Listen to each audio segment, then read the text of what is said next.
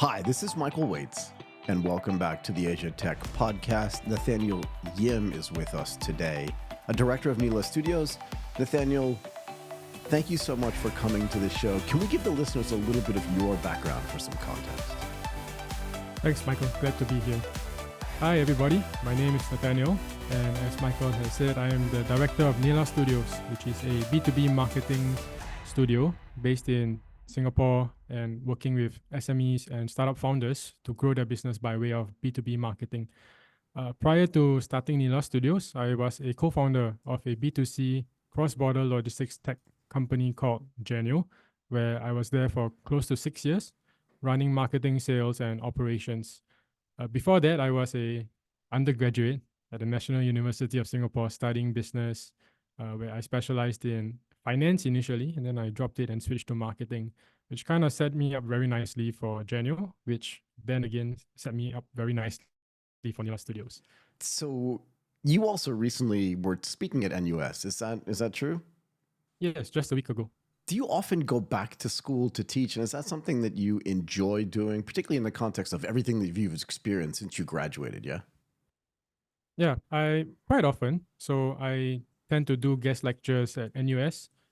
Some of my professors during my undergraduate days invite me to come back and share my experiences in marketing and building the startup with the undergraduates or recently with the master students. So happy to give back. I gained quite a lot when I was an undergrad, so it's a form of me just, like paying it forward. I do that for SMU as well. Genio was incubated in the SMU startup program. Really? So one of our co-founders is from SMU. We decided to go there because of certain things like location and other criteria. So we were there in 2018 as incubatees, graduated from their incubator program. And last year, I went back as a mentor to help mentor the next batch of the next generation of startup founders. Yeah. So just for the listeners in the United States, SMU is not Southern Methodist University. It's Singapore Management University. But I do like the fact that you're so confident about it that you just like throw out the acronym, because in this region, SMU is very well known. I want to talk about this too. What was the benefit? Because I was having a long conversation with somebody about this yesterday, right? A founder who's like struggling with a few aspects of like building a thing. I think he's got a great product, but he's just not able to get kind of like the tech over the line. Like that's his big thing. So I said to him, go to an incubation program. A good one is really good. Maybe you can talk to me about what the benefits were for you and for your co-founder of being in an incubation program, stuff that maybe got, for lack of a better term, accelerated, that may have taken you longer to do if you didn't go through the program. Perhaps this is more representative of those run by universities. Okay. I'm not sure if it's like the same for all incubators, but I would say the main benefits would be firstly, you get access to resources that otherwise you perhaps as a first-time founder without a network, as was my case, I was basically a fresh graduate, didn't know anyone. You get access to a network, right? A network of firstly other startup founders who are going through the same kind of challenges as you. So that's like a peer community that you can rely on. Yeah. You have mentors, people like the academic staff who have connections with industry. You have industry professionals who volunteer their time to share about different topics like marketing, fundraising, sales, etc. So you get expertise. You also get access to potential investment opportunities, right? Because most incubators would have some kind of network with perhaps angels or venture capital firms.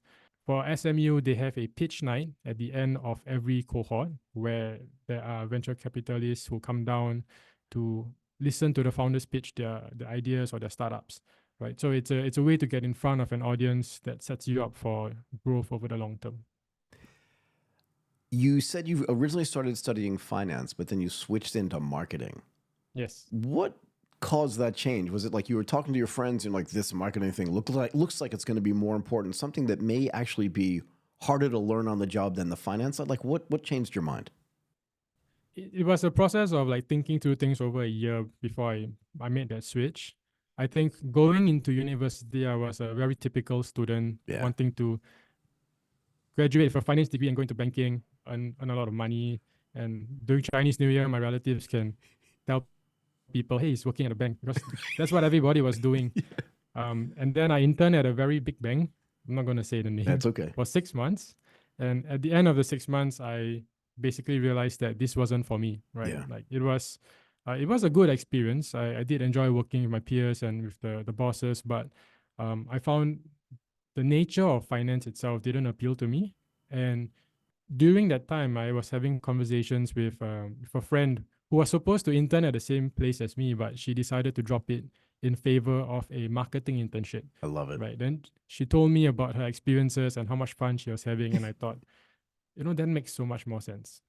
After my internship, when I went back to uni for my final year, I decided to give it a try. Instead of, just doing finance modules, I did a number of marketing modules, and it just like made me realize that was where my passion and interest lay. It was like night and day. Firstly, my results were completely different. Secondly, it just came a lot more naturally, and I Yeah. found it to be way more engaging. So yeah. So I like to say that I worked at a bank for 20 something years, and I feel lucky to still like have my hair, Yeah. but but I lost most of my soul when I was there. And my brother, I don't know if I told you this when I was in Singapore, but my brother's a neurosurgeon, and I used to say to him, because he was like, "Wow, I can't believe you work at Goldman Sachs. That's so cool." And I'm like, "You're a neurosurgeon. It feels a lot cooler." And I used to say to him, if I ever lose my job, the only thing I'm qualified to do is to be like your housemaid, because I'm not really learning anything here. We're just moving money around. Anyway, Mm-hmm. I think you probably chose the right path. And to be fair, if it felt more natural to you, then it definitely is the right path for sure. Yeah. But did you go right into the incubator program right after you graduated? Like, was entrepreneurship something you always thought, I'm not going to go get a job, particularly after your internship? Or was it just kind of a thing you did with your friend? It was something I fell into by accident, right? So How's because I that switched, possible? allow me to elaborate. Please. So in my final year of university, I switched after the first semester of doing marketing modules. I switched entirely to marketing. At that point in time, my entire resume was geared towards finance. So I had no marketing internships. I had no professional experience doing anything that was marketing related. So I had to cram as much work experience into 1 year while overloading modules to clear my specialization at the same time. Yeah. But because by year 4, most of my peers who had been doing marketing from the beginning, they already had a pretty loaded resume, all the nice logos. That was what I was going up against. Right. And having nothing there, I had to start from the bottom. Someone told me, startups will take you even if nothing because they'll take anyone. Nice. Yeah, so I applied to a startup, an SME actually, and then the guy who ran the SME, it was a market research firm, very small 2-man outfit. He's an NUS Business School alumni as well. Cool. So he said, "Why don't you? I have 2 other companies I'm running, so why don't you help me out with a few of these, get as much exposure as possible?" And one of them was a B2C tech startup, and basically I was the only marketing person there as an intern, and that was my first marketing internship. Right. So when I was there the first week, this guy asked me to think of a product and sell it. I'm like, what do you mean? Next week is Christmas. Think of a product and sell the product and make some money. I look at him, your thing is a B2C app. You're a photo printing app. What product do you want? Just think of it and sell it. Right. So we had to just like scramble, figure out a way to create a product. In the end, what we went with was a Christmas tree decoration kit. With the core of it was the photos that you printed through the app, right? And then we launched it in a week, and we made money from it. Nice. Right. So that opened up my eyes to like the possibilities of entrepreneurship. You can create value out of basically nothing in a short span of time, right? And it was that internship that set me on this path, I would say. So after that, I interned at a few other marketing. I did a stint at a brand consultancy, worked at a non-profit, helping them to do digital marketing. And over time, I realized that marketing really, you can start from nothing and you can create something out of nothing, right? And that gave me confidence to when we started Genio, right? So Genio was basically straight out of school. December 2017, I graduated. January 2018, my co-founder, my classmate, who is a finance guy, he comes up to me and says, "Have you found a job? If you haven't, you want to start a company with me?" Okay, sure, let's do it. So we started the company about 6 years ago, right? And incubation with the SMU program was in April. So it was a couple of months after we started the company. So basically just went straight into it. So why did you choose this, what Janio was doing? Maybe you can explain what Janio was, right? Because Yeah. it's this asset low, if almost like a no asset company, but definitely asset low. Mm. And that had nothing to do with what you were doing before. This idea that you could create value out of nothing, which you learned from this photo sharing app or photo printing app internship, was like, I guess I can do anything. Yeah. So what was the idea behind Janio? How did that start? Yeah. So just a quick context. Please. Genio is a B2C cross-border 4PL. It has evolved over the years. At this current stage, it is more of a end-to-end digitally managed supply chain company. But Got at the it. point in time when we started, it was a cross-border B2C platform, right? That's the only way I can describe it. The whole idea was instead of buying more assets like vans and planes and then trying to do the cross-border deliveries ourselves, we would work with everybody else who owns the assets, who are already experts at their respective areas in the supply chain, and we would make it more efficient, help them to optimize their assets, and coordinate shipments end to end using software. Right. So the only thing that we really have is the software that integrates with our supply chain partners from the first mile pickup all the way down to the last mile delivery overseas, and we orchestrate it from end to end. So that's the whole business model in a nutshell. One of my co-founders is 10 years older. So he's a logistics guy. He's been there for a while and he has seen the challenges that many companies face in Southeast Asia when it comes to cross-border movement of goods. Yeah. And so he knows the technicalities around how to solve these, right? But we needed a team that had a range of specializations that could basically cover all the different business problems that we need to solve. Right. So I really fell into it by chance. It's only because my co-founder was like, "Hey, you want to come on board?" Did a rationalization, realized that the downside is pretty low. What I really lose as a fresh graduate is time, but the upside is the sky is the limit, right? So if it goes well, you learn so much, you gain so much. So it was a pretty straightforward decision for me at that point. Yeah. But this kind of reminds me of this conversation I had with Glenn Lai, right, who runs this company called Freight Labs as well. Mm. It's not so much that the business is exactly the same, but that this idea of partnering with somebody who's kind of already, I wouldn't even say in your case, peripheral to the business, but in the business who says, this thing needs to modernize, yeah? And Yep. that's kind of cool, right? Because if you can find that person, your chances of success are so much higher because they're Yep. already doing it. They're trying to solve all the problems that instead of having to do the research for, they kind of already know, yeah? Yeah, yeah, and it's a nice blend of perspectives, right? If you have someone who Yeah. knows the problems very intimately, they can tell you like this is the pain point, this is what makes people pull their hair out, and then if you have someone who is from outside the industry, you tend to look at things from a first principles perspective Right. because you're new to everything, and you're able to say, does it have to be that long? Can't you cut out this step? And oh, yeah, why not? Why don't we do that? Okay, right. So then you get a very nice blend of perspectives that leads to something that is truly unique. How did you find the right tech people to do this? And then let me back up a little bit. So you went through the incubation program. You said there was a pitch night at the end of every cohort. Yep. Was your team able to actually raise even a little bit of money at the end from some VCs or from some angel investors to kind of fund a little bit of the tech development, if that makes sense? Okay, so maybe to answer the first part, how do we find tech people? Yeah. One of our co-founders was a CTO. So we found him through a mutual friend. He's basically the best friend of a classmate of ours. So we didn't know him before we started the company. Right. And in fact, our first meeting with him, we thought he was going to ghost us because he was 2 hours late. He went to Really? Johor for a day trip, and then he got stuck on the way back. And the three of us were sitting in Manhattan Fish Market at Dhoby Ghaut, and we were thinking, Where is this guy? maybe we should go back home. Then he texted us, "Sorry guys, I'm still in a jam." Okay, we'll just wait for him. And he came in and we told him the idea, and he was like, "Okay, let's do it together." So Wow. so we had a founding CTO from the beginning, and he basically helped us to screen and bring in engineers over time. To the second part, we'll be able to raise funds at the end of the incubation program.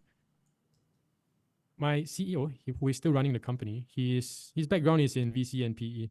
So going into this whole thing, he already knew people whom he could speak to, network with, and start canvassing for fundraising. Right. So when he told me about the idea, there were already a few people who were interested in backing it, right? So long as there was traction, all we had to do was get things going, and then it was basically a done deal afterwards. Like, I just want to go back to this conversation that you had, right, where you said this buddy of yours called you and said, "Do you have a job?" Oh yeah, yeah. Right? Which is a great way to start a conversation with somebody if you want to offer them a job. But were you kind of excited? Did you feel like, you know what, I must have made the right choice because they don't have the guy that understands how to get the customers, to get the business? Like, they know the tech side, they know the problems that they're solving, but they don't have the marketing guy. Were you just like, it worked kind of thing at the beginning?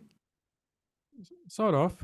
I think I was looking at it and thinking, man, I have no B2B marketing experience. So even though I studied marketing, it's going to be an uphill challenge, Sure. which was part of the appeal to me, right? Like the appeal of it sounds great when you think about it, like, hey, I get to do everything and learn everything.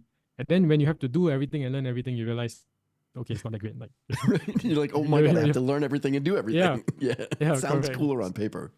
Correct. So that was the appeal to me. Like, okay, I get to do this, and if we make something of it, then I can say that was me. Like, Yeah. I contributed to that. Right? So that was really why I was keen on this. So while you were learning everything and doing everything, here's the big difference, right? To get into NUS, you have to have had, I believe, at least, if it's anything like the way it works in the United States, you have to have had a good school track record. Yeah? Right? Yep. Because it's the best university in Singapore. Let's just say top 3 so the other people don't argue with us, right? Like, yell at you when you get on the subway tomorrow. Like, I heard what you said. But it's a good school, so you've always been good at, like, learning stuff. But in school, the learning is pretty well directed, right? It's like, read this thing, learn that thing, listen to this gal, she'll teach you how to do it. But when you have to learn everything and do everything on your own, how do you figure out, like, where to learn stuff and what to learn, if that makes sense? That's a great question.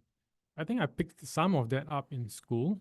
So one of the interesting things, or at least the modules and the professors that I remember the most, where I feel like I've learned a lot, were the ones which were a lot more open-ended. I mean, can I just jump in for a second? Think about your experience at that startup. The picture printing one, the guy was like, just make a product. You're like, what product? He's like, which part of just make a product didn't you understand? Yeah. I'm not giving you more information. I don't have time for this conversation. It's kind of what he was saying, right? Sorry, go ahead. Yep. Yeah. So I had a professor in university. In fact, it was the same professor from the guest lecture last week. Cool.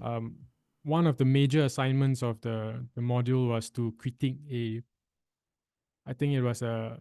critique a publication, right? So it's super open-ended.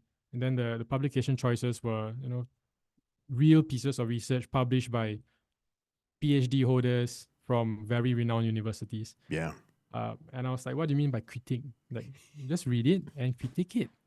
Yeah, exactly. It's like, Go ahead. So I just, okay, I'm just going to write this. And she was like, at the end of it, she was like, this is great. This is a great critique, right? So it made me realize, firstly, not to be afraid of, like, what is out there. I think, especially for many of us who go through education systems, we're afraid of being wrong. We tend to kind of, subject ourselves to a higher authority that tells us whether we are right or wrong. It's weird, but the right? reality, and it takes a while to break that. So the reality is, like, most of us, we only know what we know, right? And everybody's just trying their best. So that's the most important thing, and that assignment kind of taught me that. And then the second thing is 80-20, right? So if you are able to look at things and map it out, there's usually 1 or 2 portions where if you address those, it creates an outsized impact. Yeah. Right. So that's one of the things that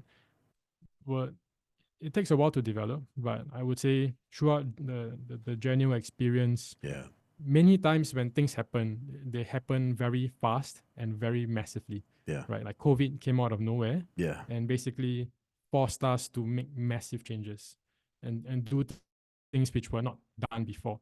Things like recession, things like team structure having to change, requires us to quickly figure out how to stay on our toes, how to do that 1 or 2 changes that lead to the biggest outcomes, right? So it's a process of, like, looking back at the data, making an educated guess, and then iterating what you're doing, and also iterating the way you do things. right, over time. Everybody in Singapore has to go through military service. Yeah. And that's between what, I don't want to call it junior college, but it's between when your previous education ends and then you go to university. Yeah. Is that what Yep. you normally do? Correct. So 2 what do you years. learn there that you can, because I kind of miss the fact that I never did any of that. I feel like there's a discipline that gets imbued into you and some sort of level of responsibility. I'm giving you this gun or putting you in this helicopter or making you in charge of this unit. You better take it seriously. I don't care if you're only 20 kind of thing. What do you take from that into building a startup where you have to kind of run stuff from scratch and learn stuff from everywhere, as you said? Yeah, definitely. Leadership is one of the things that are drilled down. In fact, it's really one of the things that are from the start all the way to the end. It's a main message that's driven, right? So I was pretty fortunate. I was able to go to command school and learn a thing or two about leadership, Yeah. leading different types of teams in different types of settings. Discipline is also something that you is definitely drilled into you, right? You do lots of drills. You have standards to hit. It can be pretty demanding. So when the occasion calls for it, you just have to rise to the occasion. Yeah. Right. And it kind of shows you like what you're capable of as well, and that is transferable to everything that you do thereafter. Right. Interestingly, there are also ways of thinking that are cultivated in the military that are also transferable. Tell me. Right. Yeah, so I was in the artillery. Okay. For context, artillery is just think of like big guns shooting big bombs over long distances. Yeah. Right. And the training in the SAF is very thorough and complete. Right. They will never put you in a situation where you have not been prepared for it. So everything that you do from basic training all the way to when you fire the big guns to when you call for the big guns to fire, everything is trained. You're trained properly, and you cannot proceed unless you have done certain tests and passed. By the end of it, I was basically put into a planning role, which currently, as part of my national service obligation, I go back once a year to do planning kind of work, right? So without revealing too much, this work requires me to do coordination between different types of units. It also requires me to understand how to do planning given resources, right? Appropriate resource matching to situations. Yeah. Which, if you think about it, is what you need to do in a startup. Yeah. Right. And the artillery basically serves to support infantry, right? Infantry are the people that go in face to face. The artillery, you are providing fire support from a long distance. Putting it into a business context, infantry is like sales. They're the ones that go face to face. Yeah. And they're there in front of, the prospects, the clients. They have to present everything as it is, right? They kind of skip. Marketers, we support the salespeople by helping them to create brand, build the perception, provide materials, generate leads for them. Even though right now you can't see the leads, we help to bring those leads in through different types of marketing channels and methods for the sales team to go in face to face and follow up. Kind of like how the artillery and infantry work together. I want to make the equivalency way more explicitly. One of the things you said, and I wrote it down, was they're never going to put you in a position that you're not prepared for. And what you're suggesting is, as a marketing person, right, if you make the equivalency into sales, is you're not just going to send them out and just say, sell something. You want them to be in a position also for which they are prepared, right? Yep. Because there's this idea that like startups are chaos. It's just constantly chaos. And you're talking to your sales guys and sales ladies and just going, I don't care, just go out and sell it. But that can't be true, right? So talk to me a little bit more in detail about, because I guess now we're getting into Nila, yeah? Maybe talk about what you took out of Janio, what you learned and thought, oh, wait a second, maybe everybody needs these skills, but they don't have them. So how can I then affect that everywhere as opposed to just at Janio? And then what you actually do to affect that, if that makes sense. So at Nila Studios, what we do is more of the marketing stuff rather than the sales. At Janio, I had to look at both, right? So that gave me an idea of how to, a very good experience in terms of learning both marketing in a B2B setting in Southeast Asia, as well as the face-to-face sales across different types of markets. So basically what happened is that equipped me to work as a marketer with sales leaders, right? And CEOs, founders, because I understand the challenges and the things that are top of mind for founders. I also know what are the things you face when you do face-to-face sales. Yeah. Right. And then how marketing is supposed to effectively support that. right? All the way from lead generation to supporting what you're doing during the sales meetings itself, right? And I think one of the most critical things that I realized in Genu was it doesn't matter which department you are in, you need a very, very thorough and common understanding of your customer, firstly. Second, a thorough and common understanding of your solution, the Yeah. product that you Yeah, have. can I just say this? There's nothing worse than talking to a salesperson or talking to even like a marketing person and going, okay, I get this, but what does that mean in the context of this entire product? And they're like, I don't know. Like, that's bad. Yes, Yeah.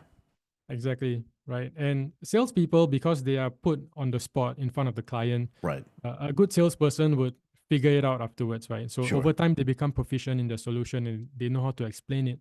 But marketers are rarely ever put on the spot, right? So I just had a conversation with a marketer last week where the marketing materials they developed were based on things like the product requirement documents that the product team gave them or what they saw on the website versus competitor websites. Right. And I just told them straight up, if business is like war and you have to go and fight a war, what you are doing is saying this gun is great because I read the description, therefore it's great, right? You've never used it. You've never logged into the portal. You don't know what the features does. You've never done the deliveries, so you don't know how it looks like, right? But sales, because they go face to face, they are forced to figure out how to use the tool, Yeah. right? So marketers, salespeople both need to understand the thing inside out, right? Because you can't sell what you don't understand, right? Basically, like I don't know how you get conviction to do that. So I had a whole conversation, and I think I published this episode in one of my other podcasts, InsurTech Amplified, and had this whole conversation with this woman named Emma Roloff. And her thesis was that the greatest salespeople are teachers because they're not just selling you something, they're saying, here's what your current situation is, here's how I can help you do that, and here's why this math or whatever it is works, and I'm going to teach you through this process, and by the time you're done, you're not going to ask me how much it costs, you're going to ask me when can I have it. Yeah? Yep. Yep, exactly. Problem solving teachers, yes. Yeah, that's what I think. So you also, can we talk about this a little bit though? I like to say that the biggest problem that startups have is not money or funding. And a lot of people argue with me about this. I think the biggest problem that startups have is discovery. How do people even know you're doing this? And I think this gets back to this marketing thing that you're talking about, and through marketing into sales. It's just like, how do I even know you're out there? How does Nila help with that as well? Because if you're not part of the company, you're helping a company, how do you help them get discovered? We do that through a few different ways. The main service that we do right now is mostly around inbound content. So this can take the form of article creation that helps you to rank on Google search, which in fact was one of the main initiatives that we had right from the beginning at Genu, right? So the insight there, and the world is a bit different now with ChatGPT and Sure. AI tools. But back then, being fresh grads who didn't know anything about logistics, at least for my case, Right. the first thing I did was to just do a search, e-commerce logistics in Southeast Asia, and nothing showed up, right? So it Really? was, yes, the closest thing was e-commerce logistics, but very generic, not localized, doesn't factor in the complexities of the market. So it was both worrying because where do I get my education from on this? But it was also like the big insight. Hey, no one is publishing materials on this. That is the gap that I can tackle, right? So basically our marketing strategy, our brand building was content. Everything you can think of related to e-commerce logistics, we made sure we showed up. Rank 1, rank 3, rank 5, 3 different articles, right? So we are doing that for some of our clients. At the same time, LinkedIn, I think, has become a lot more, compared to even 6 years ago, there are a lot more people on LinkedIn. Yeah. And it's a platform that many people browse to get information, maybe even for entertainment. And it's used a lot more compared to previously. So it's another platform that we work with our clients on to Yep. help founders. At a very early stage, the founder is the brand, essentially, right? If you say your company name, sorry, what's that? But people might know the founder's name instead of the company name, right? Especially if you're solving a problem for your industry, Yep. right? So the founder is the brand, and you want to use your brand platform. You want to leverage that as much as possible. So content around the individual's profile or the corporate profile, using that to gain traction and visibility and interest in the product. Like in a way, you were fortunate, right? Because you went and you looked at e-commerce logistics, and nobody else was out there buying the AdWords or writing content or publishing content on it, right? So it was kind of greenfields for you. Like, we Yep. can own this thing. We can be number one. We can be number two. Whatever it was, we can definitely be on the first page. Yeah. Yep. What do you do if someone's already operating in that space, right? And they've been kind of smart enough or savvy enough to understand like that they need to buy the AdWords and do some of the SEO stuff. But let's say your business is better. What do you do then? Because it's more expensive, right, to then get to the top of the page. How do you disintermediate that problem? You see that? I didn't do that on purpose. Anyway, go ahead. Yeah, I saw that.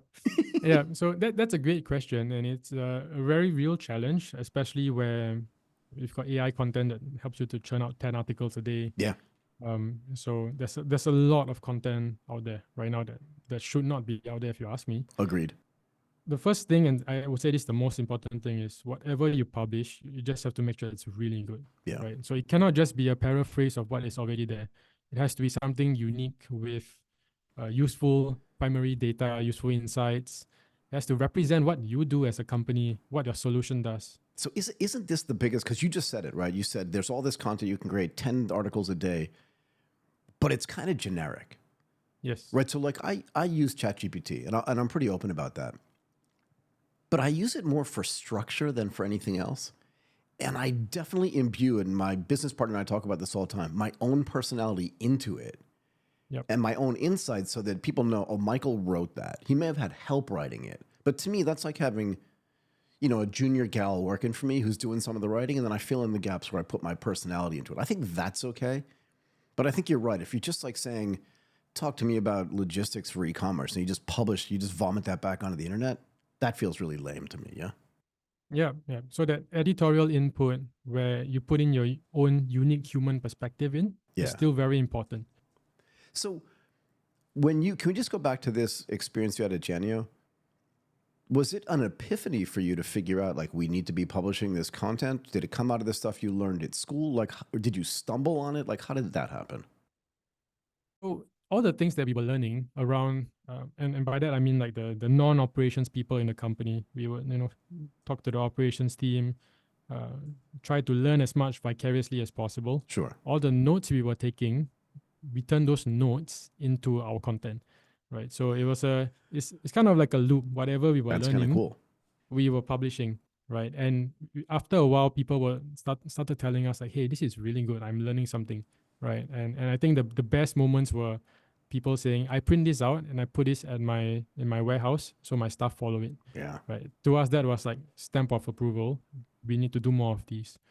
And I mean over time it changed a bit. We went into more niche areas as we started targeting more niche customers, etc. Because we put it out there, people see it. And then sometimes our clients tell us during our meetings, hey, I saw your article, it was great. Right. That feedback helps us to know what we are doing is working, and it helps us to streamline or improve on some of the things that we're currently working on. That feels to me like really personalized service internally, right? So you're sitting with, like you said, with the operations team at Janio, and you're saying, how about this? How about that? What are you doing? How does that work? You write down those notes, Yep. You turn that into content, but that doesn't scale, right? So Yep. as Nila, if you want to scale, is it part, and I don't know this, right? But is it part of the business to go into them and say, here are 5 different tactics, not strategies, right? Here are 5 different tactics you need to use internally to build this content, and we can help manage you through that process and maybe create some tech tools around that as well. Like, how does that work so you can end up scaling? Yeah, it's a great question. I think if you're creating something that's really unique that no one else has done before, as far as content is concerned, then you're right, it is not very scalable because it's a unique thing every single time, right? But where you can scale it is around distribution and repurposing, right? So what we like to do is if you have let's say an interview that you're doing or something interesting that you observed, what can we do to extend the mileage of this, right? How can we slice and dice this in different ways, different formats, publish on different platforms, right? Not just on marketing platforms. Can the sales team use it as well? Send this to your clients, send this to your leads. Can you put this in emails, on social, on your website? Even something like a podcast, one podcast recording, you can slice and dice it and distribute it 100 times, right? Indeed. Yes. So it's really about like getting as much leverage as possible, maximizing the the utility of whatever it is you're working on. So how long have you been working on Nila? Would be around 7 to 8 months now. Oh wow, so it's really new, yeah? Yes, yes. I left Genu at the end of June last year, so it's very recent. And how are you finding building the traction for Nila now that you've been doing this? And what is like being a second time founder like? And how is it different or better or easier or harder, whatever, than being a first time founder? Yeah. So for the traction portion, most of the early clients that I'm still working with them are from my network. So these are people I've met along the way who saw me post things. Interestingly, I have clients who saw me post things on LinkedIn, right? Which is why LinkedIn is one of the things that It's so good. we work on, right? Because so good. we've gained from it, and we also like to practice what we preach. Yeah. We don't do things that we've not tested out before. So that's how we get our traction, and it's also the conversation that we started just now, right, around NUS and the thing that I did last week. So yeah, that's how we get traction, right, through some of the marketing that is both our service to our clients, but we do it ourselves. Yeah. So what is it like being a second time founder? Is it easier, harder? Like, how does that work? It's different this time round because the first time round I had 3 co-founders, so there were 4 of us. Yeah. So it wasn't as lonely, right? Even though the hours are the same, we're just working like 7 days a week. Yeah. But previously, I could look to my left and right and see everybody suffering together. This time around, it's just me. So being a solo founder is a lot more like you really have to push yourself, right? Because now you don't have anyone else holding you accountable. Yeah. Secondly, Genu was VC backed from the beginning, whereas for Nila Studios, it's entirely bootstrapped, right? So in terms of resources and cash flow, it's a very different situation. Yeah, for right? sure. In this case, if I don't work, there's nothing done because it's just me. Secondly, it means there won't be any revenue next month, right? So it's a process of continuously pushing myself to make sure that the company grows and we're able to generate cash. I want to share a funny story with you. When I was working at Goldman Sachs, my daughter was going to this kindergarten in Tokyo. And one of her friends, and I put that in quotes, right, a 5-year-old little boy, his parents invited us to go on vacation with them. And, at that time, I'd only worked at big companies.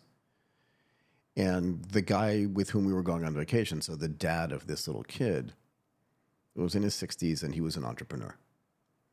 And when we were actually in Thailand on vacation, and when we're sitting in the pool, he said to me, and I kind of thought he was being a wise ass at the time, but he said to me, "You're on a 1-week vacation. Do you still get paid?"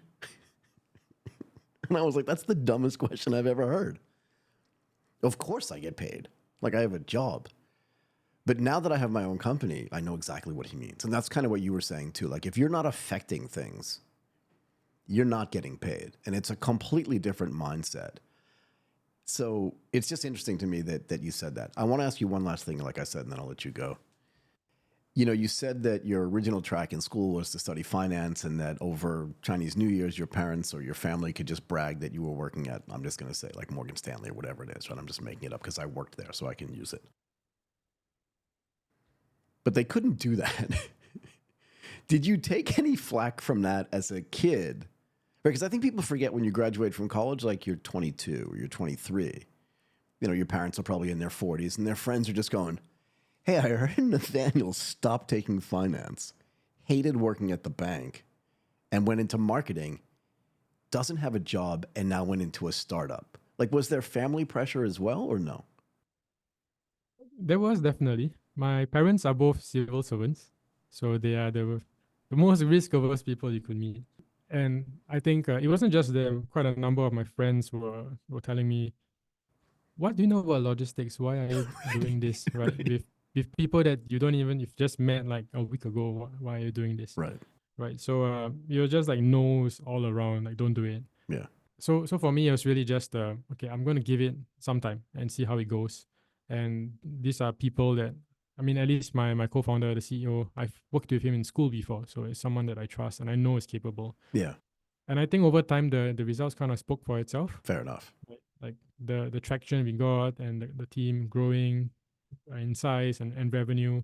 Over time, my family saw what we were doing, and they kind of stopped asking questions and Yeah. believed in it a bit more over time. Yeah. Okay. So I said that was the last thing and I lied. One more thing, because I remembered this. You go back and you want to give back to school, whether it's at NUS or SMU. And in this case, last week, you were in a master's program. These are very well-educated kids, right? And also people that potentially have worked already. What are the biggest questions they have for you? I guess it's a marketing class, right? So they're asking you about marketing specifically, but like, what are the common questions that they ask for you? And maybe you can give me like a common answer that you give to them, the thing where they're like, oh, I hadn't thought about it that way, kind of thing. Yeah, the class last week was a master's program, and some of them have a bit of work experience already. One of the interesting questions I got was around how do you do marketing for a service business that doesn't have assets to do the service.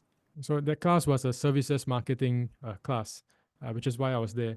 And I think the common wisdom is if you don't have a physical product, right? Basically, what you're doing is intangible in nature. How you get people to believe in what you do is through demonstration of expertise. So you use associated imagery. In the context of logistics, that would be things like showcasing your vans, your planes. Like these are the things through which I will deliver your service, right? But if you don't have any of the above, how do you do that? How do you convey that, right? And I think where the question was coming from is from people who have experience in corporates who are used to a more usual way of doing things, right? Yeah. Like a physical product or a service, a traditional service. So that's where being at Genu, we were forced to get creative around our business model as well as the financial constraints as a very young startup with limited funding, right? So that forced us to look at how, okay, what makes a big brand name well known and great? What can we do to get in on that, right? So some of those things that we had to do were, leverage partnerships as much as possible.